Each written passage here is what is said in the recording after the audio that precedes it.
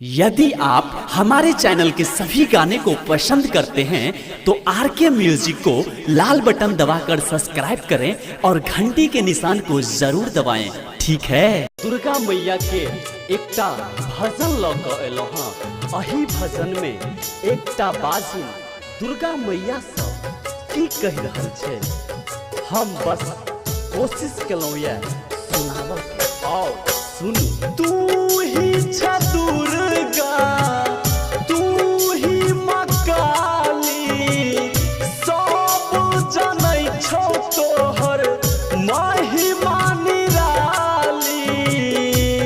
माँ गे बाझिन करै छौ पुकार, गे गे दुर्गा मैया दऽ दीही गोदी में लाल। गे माँ गे बाझिन करै छौ पुकार, गे गे दुर्गा मैया दऽ दीही गोदी में लाल। गे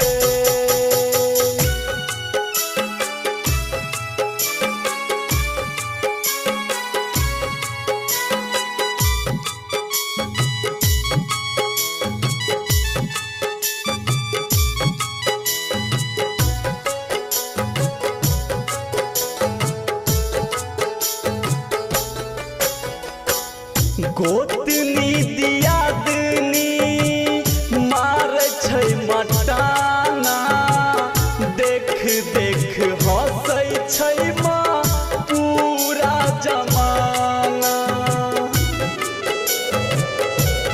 हाँ हाँ गोतनी दियादनी मार छै मटाना, देख देख हंसै छै माँ पूरा जमाना। माँ गे करहीन कोनो विचार, गे दुर्गा मैया दऽ दीही गोदी में लाल। गे माँ गे बाझिन करै छौ पुकार, गे गे दुर्गा मैया दऽ दीही गोदी में लाल। गे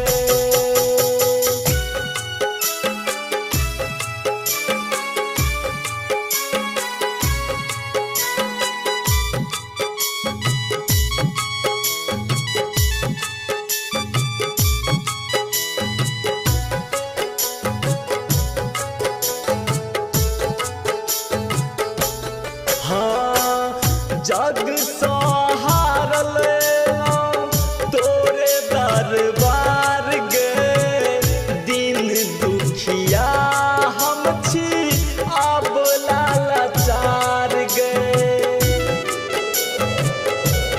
हाँ जग सहारल तोरे दरबार, गे दिन दुखिया हम छी अब लाचार। गे माँ केहन तू देले कपार, गे गे दुर्गा मैया दऽ दीही गोदी में लाल। गे माँ बाझिन करै छौ पुकार, गे गे दुर्गा मैया दऽ दीही गोदी में लाल। गे